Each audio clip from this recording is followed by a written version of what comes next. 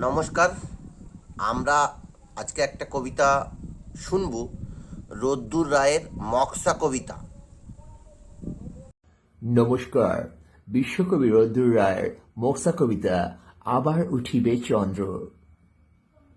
যেতে যেতে পথে ফুলমুন রাতে আবার উঠিবে চন্দ্র, সুরে সুরে স্রোতে মারা যাবে তব এলিট পোঁদের রন্ধ্র। ইডেনের মাঠে খেলাও খেলিবে ব্যাট বল ছুকে বালেরা, চুপচাপ বসে দেখে যাবে বাড়া বঞ্চিত কত মালেরা, বঞ্চিত যত মালেরা।